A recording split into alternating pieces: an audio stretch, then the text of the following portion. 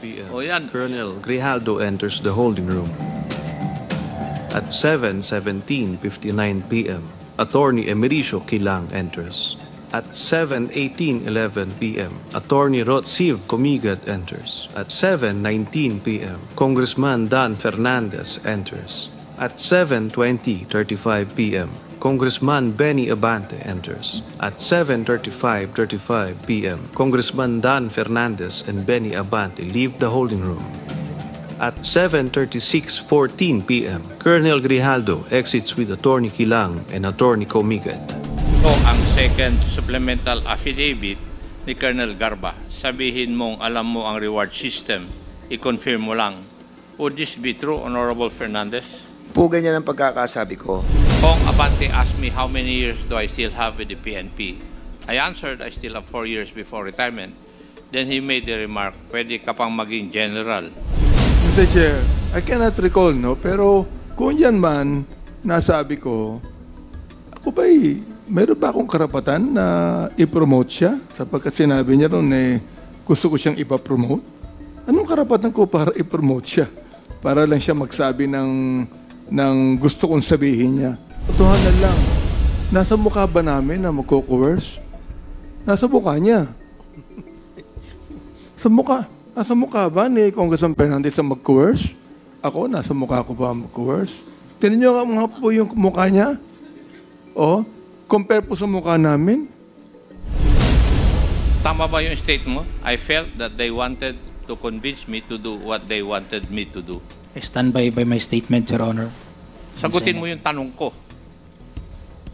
Would like to invoke my right. Mr. Chair. Your Honor. May I move that we cite Colonel Grijaldo in contempt for violation of Section 11, Paragraph C, refusal to answer relevant questions? Are there any objections? Hearing none, the motion is approved. You are again cited in contempt. Is this the affidavit that you submitted to Senate, Colonel Grijaldo? Yes, Your Honor. Yes. And in your answer to the Honorable D.S. Suarez a while ago, you stated under oath that you stand by the truthfulness of your statements here in this affidavit. Tama po? Yes, Your Honor. Yes. And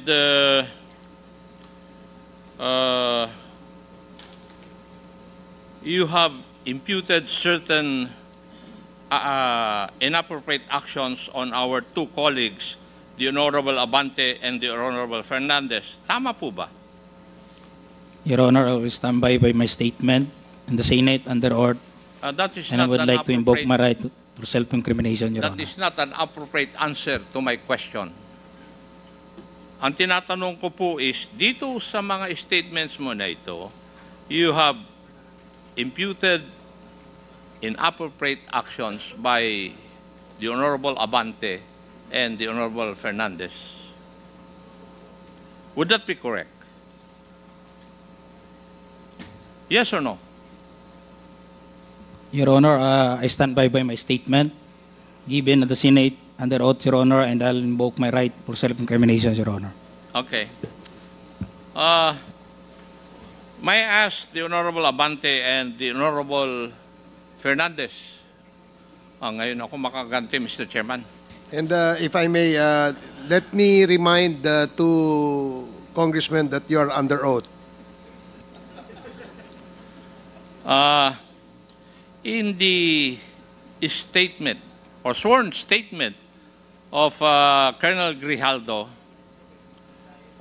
it stated here, number 4, after I answered questions related to extrajudicial killings and the reward system, I was approached by a security personnel while I was seated as one of the witnesses during the hearing.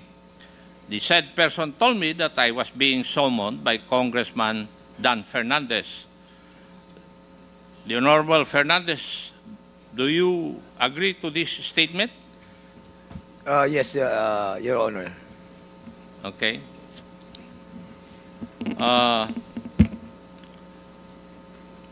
When I entered the room, I saw the two lawyers of Police Colonel Garma standing inside the room.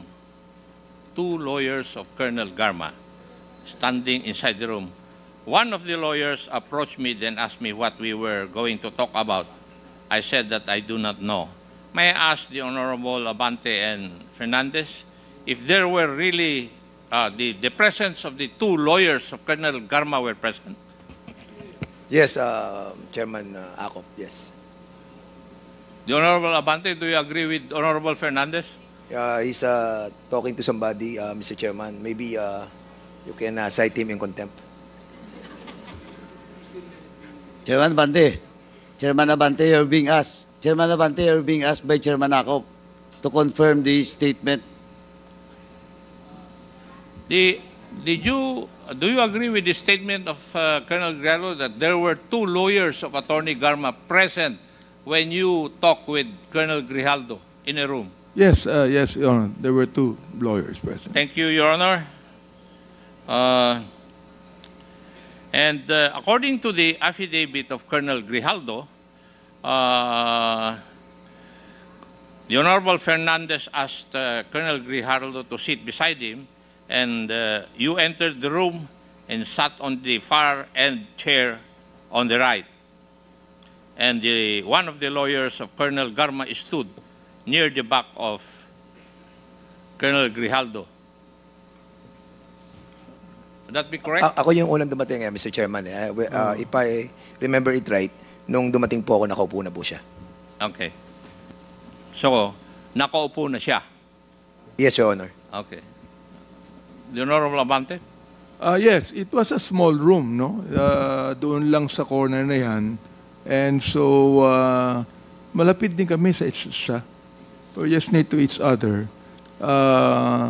In fact, Mr. Chair, I'd like to say na when I talked to him before he came in the room, was that because it was Colonel Garma that said that Colonel Grijaldo knows a lot. He knows a lot about this thing. So, sabi ko, sige, total, normal naman yung vetting na ginagawa natin, kinakausap natin. So, we talked to him and sinabi ko kay Colonel Garma, can he corroborate your statement? Ang sabi ni Colonel Garma, yes eh. So, kinausap namin. Your Honors, pasensya na po kayo kasi hindi naman sumasagot kasi sa mga tanong ko sa si Colonel Grijaldo. Kaya kayo po ang tatanungin ko na muna. Mr. Chair, if I be allowed. The resource person is not allowed to ask questions. No, I'm not asking questions, Mr. Chairman. I will be answering in relation to the answer of Congressman. So you are replying to the question Yes. raised by... Yes, Mr. Chairman. Please proceed. Well, ang totoo po kasi noon, yung pong dalawang lawyer ni Colonel Garma, sila po talaga yung nag-approach sa amin. Ang sinabi po nung dalawang lawyer, if I remember it right, yung pangalan po nung lawyer, si Attorney Victor, nakalimutan ko po yung ipilido. Attorney Kilang and Attorney Kumigan. Yes, opo. Ang sabi nila, kasi kung matatandaan niyo po, yung ating supplemental affidavit na ginawa po ni Colonel Garma was given to us on the day itself.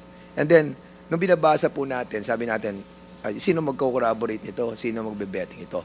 Lumapit po yung dalawang lawyer. At ang sabi, kung pwedeng kausapin si Colonel Grijaldo. Dahil si Colonel Garma ay very close daw kay Colonel Grijaldo. At siya makakapag-bet sa mga nakalagay doon sa supplemental affidavit. So, ang sabi ko naman kay Attorney Victor, tama-tama, andyan si Grijaldo, andyan sa likod. Bakit hindi natin siya imbitahan doon sa room doon, sa may kainan, para nang sa ganon ay makausap natin kung patotohanan niya yung sinabi ni Colonel Garma na magkaibigan sila at ibebet niya yung mga nakasulat doon. So, basically, hindi naman po siya ganun kalaking issue. As a matter of fact, Mr. Chairman, hindi nga tayo ang nag-initiate eh. Sila pa yung nag-initiate sa atin na kausapin si Colonel Grijaldo, which I did together with, nagkataon po kami ni Chairman Abante during that time. magkalapit kami doon. Sabi ko, oh, pare, sumama ka na sa akin. Kaya sa sumunod. Kaya nagulat na lamang po kami that biglang nagkaroon po ng ganong istorya. But nevertheless, Mr. Chairman, yun po yung nangyari doon. At nung pumasok po ako sa loob, nauna po ako kay Chairman Abante ng konti lang. And then, sinabi ko sa kanya, Colonel Grijaldo, ito yung mga nakasulat dito sa affidavit. Sabi ko dito sa paragraph, hindi ko matandaan, 17 ata o something na gano'n. Ito ba, mapapatotohanan mo na sinabi ni Colonel Garma. Ang sabi niya, hindi po, wala po akong alam dyan. Yung ibang dito, ibang mga sinabi ni Colonel Garma. Kasi sabi niya, kaibigan kanya eh. So, basically, doon po umikot yung aming usapan. Siguro maabot po yun ng mga less than 10 or 15 minutes. And then, nung sinabi niya talaga wala siyang alam, edi lumabas na po kami.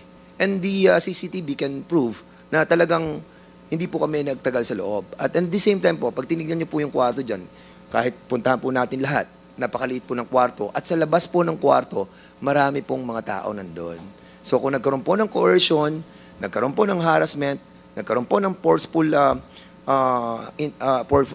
force galing po sa amin, I think malalaman po ng mga taong nandyan. And even the CCTV, nung lumabas po siya dyan sa ng pintuan niyan, makikita po natin na yung itsura niya, hindi naman po siya mukhang na-coerce eh. Mukhang masayang-masaya pa nga po siya. Kaya, I think, Mr. Chairman, yung pong accusation sa atin, na malayan yung ating pong committee and the two chairman, masyado pong unfair. But of course, binibigyan pa rin po natin siya ng pagkakataon na liwanagin po yung mga pangyayari. Kaya, andito po tayo at binibigyan po natin ng patas na pagdinig. Marami pong salamat sa pagkakataon. Mr. Chair, pwede maidagdag to? With, yes, Congressman Abante, with the indulgence of Congressman Ako, please. At the back of my mind, masaya pa nga ako eh. Sapagkat nabanggit sa akin ni Colonel Garma na ito talagang close siya rito. Classmate niya. At talagang kakampihan siya nito. Nagulat na lang kami na gano'n ang sagot niya. So, Nung bang sinabi ni Colonel Garma yun, magkasama na kayo ni Congressman Dan? Hindi, ako hindi ko nakausap si Colonel Garma. Ako ang kumusta sa kanya. Hindi niya nakausap. Ako mismo kumusta sa kanya. At sino ang nakarinig na sinabi ni Colonel Garma sa inyo yan, na Congressman? Palagay ko walang nakarinig sapagkat in confidence sinabi niya sa akin eh. Okay. When I asked her, who can corroborate your statements? Binanggit niya yung pangalan ni Colonel Grijaldo. Natuwa naman ako sapagkat very close daw sila, classmate niya, at talagang kakampihan siya nito. All of a sudden, kalaban pala niya. And Thank you, Congressman Abante. Mr. Chairman, para i-corroborate lang po yan. If you remember it right, no, nung na-interview po tayo sa, I think, Bilyonaryo News Channel, nabanggit po natin doon na nakasama po natin siya sa isang pagpupulong doon po sa BGC sa Ascot Hotel, na kung saan nakiusap po sila Colonel Garma during that time. And during that time, we were shocked, ikaw, saka ako, Mr. Chair, na nakita natin si Colonel Grijaldo doon. And that's the reason, nang kinausap ako ng abogado doon, na sinabi sa akin na si Colonel Grijaldo at si Colonel Garma ay close, naniwala ako. Because na-meet na po natin siya during that time. And remember, na kayo pa po nagbayad ng dinner. That was 9,000 plus po. Kaya sinasabi ko po to, Mr. Chairman, because we wanted to ferret out the truth. And by doing that, we are initiating some form of talks with those who wanted to speak in this committee. Dahil nga, nagbe-betting po tayo eh. At yun po yung ating ginagawa sa kongresong ito. Kaya, nakakalungkot lang na ang isang opisyal na naging isang battalion commander ng isang rehiyon ay ganito po yung kanyang treatment sa committee ito. But I cannot blame this person. If there is a big person behind him, then totally we cannot blame him. But prudence dictates na dapat po ay sarili niya, manindigan siya sa sarili niya at hindi siya matako sa kaninuman tao. Maraming salamat po. Thank you, Congressman Fernandez. Please proceed, continue, Congressman Akop. Thank you, Mr. Chair. Also in the sworn statement, Kong Dan Fernandez put the paper he was holding on the table and told me, ito ang sasabihin mo sa statement na ito.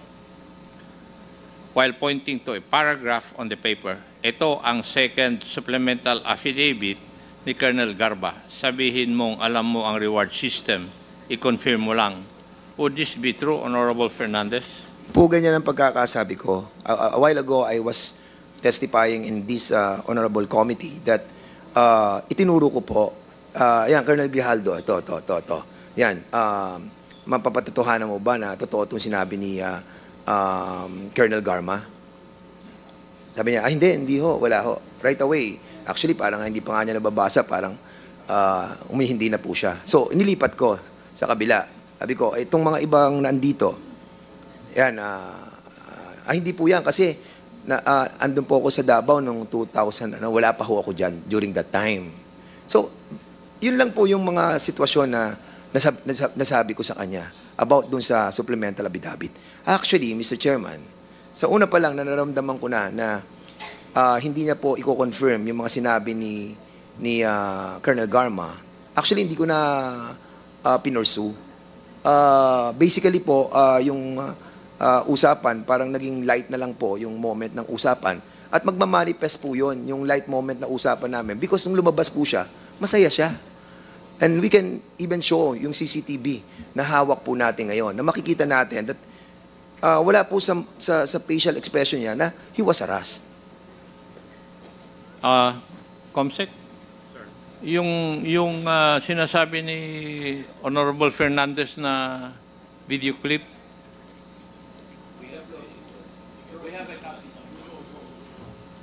Comsec floor, do you have a Comsec. video? PM, O yan. Colonel Grijaldo enters the holding room. At 7:17:59 p.m., Attorney Emericio Kilang enters.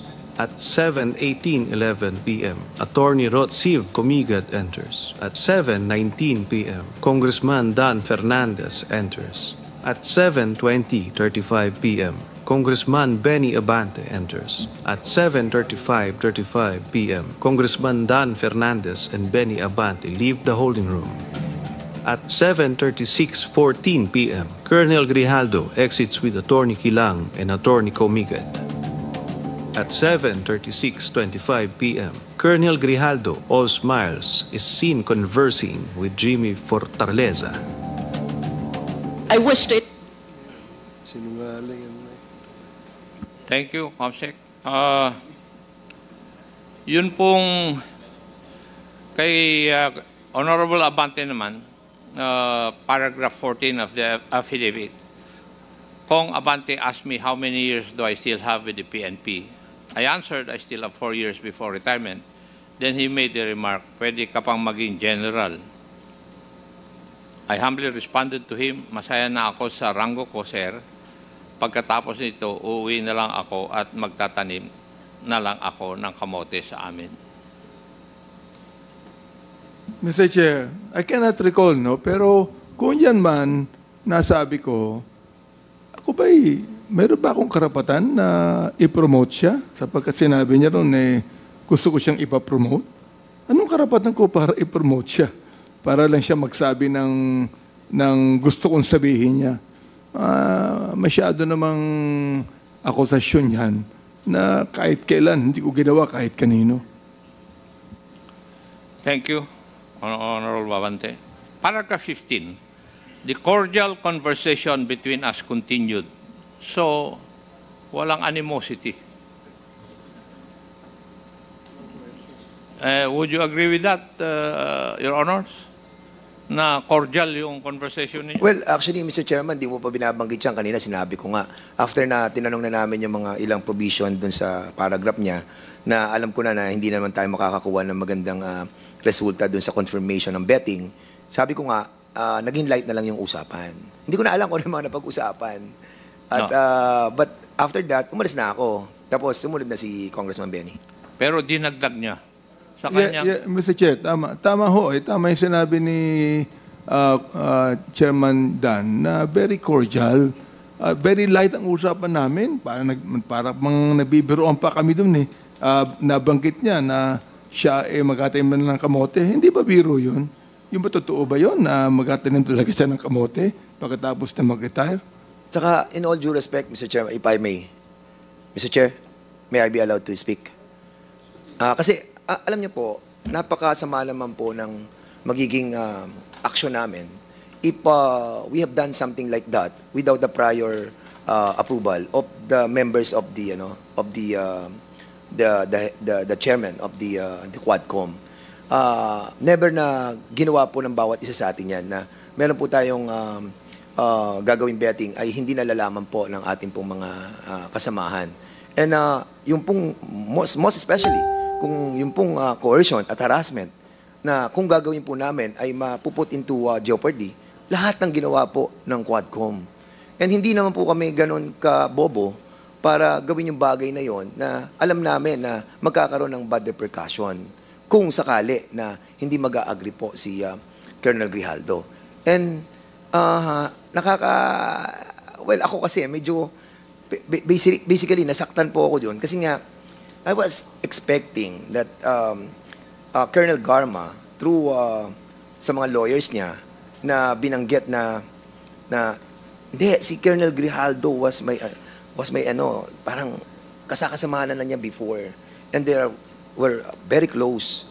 And yung expectation mo na sasabihin niya doon na kino-confirm niya, then suddenly nawala. Kaya po ako medyo na-disappoint during that time. But of course, kasama yun, marami na tayong ganyang kausap na talagang afterwards hindi naman talaga na-confirm. But yun na nga, nagpapasalamat po ako sa committee na to na nabigyan po tayo ng pagkakataon para liwanagin tong issue na talagang nahirapan po tayo dahil sa hindi po pag-attend ni Colonel Grijaldo. Mr. Chair, sa totoo lang, kung siya nasaktan, si Congressman Dan Fernandez, ako naman na-offend sapagkat sa rotohan na lang, nasa mukha ba namin na magko-coerce? Nasa mukha niya. Nasa mukha ba ni Congressman Fernandez na mag-coerce? Ako, nasa mukha ko ba mag-coerce? Tignan niyo nga po yung mukha niya. Compare po sa mukha namin. And the next statement is that I felt that they wanted to convince me to do what they wanted me to do. So, it was the feeling of Colonel Grijaldo na kinukumbinsi niyo siya na gawin yung gusto niyong ipagawa. That was his feeling. The intention may not be that. Hindi po ba tama, Colonel Grijaldo? I-invoke mo na naman yung right mo. Tama ba yung state mo? I felt that they wanted to convince me to do what they wanted me to do. I stand by my statement, Your Honor. Sagutin mo yung tanong ko. I would like to invoke my right Mr. Chair, Your Honor. may I move that we cite Colonel Grijaldo in contempt for violation of Section 11, Paragraph C, refusal to answer relevant questions. So move, Mr. Chair. Second. There is a motion to cite in contempt Colonel Grijaldo for violating Section 11, Paragraph C of our Rules of Procedure Governing Inquiries in Aid of Legislation, and it was duly seconded. Are there any objections? Hearing none, the motion is approved. You are again cited in contempt. Mr. Chairman, Is Congressman Akop done with this interpellation? Mr. Chair, my motion needs another motion from any member of this committee because we have to determine where or what is the duration of his penalty and where he would be incarcerated. Mr. Chair. Is there any motion? Mr. Chairman, Congressman Congressman Paduano. while the rules of the House now with regards to Section 11, citing a resource person in contempt, the detention, no? the place of detention lies with the, of course, the chairman of this honorable committee. May I respectfully move, Mr. Chairman, that we will transfer, in this contempt order, I move that we will detain Colonel Grijaldo at para malapit-lapit lang sa batasan at Station 6, Mr. Chairman. So move, Mr. Chairman. Are you referring to Station 6 of the Quezon City, Mr. Chairman. Dito lang yan sa batasan. Okay, So move, Mr. Chairman. there is a motion to detain, transfer the detention of Colonel Grijaldo to Station 6 of the Quezon City Police Station. Are there any second? Duly seconded. Any objections? Hearing none, the motion is approved.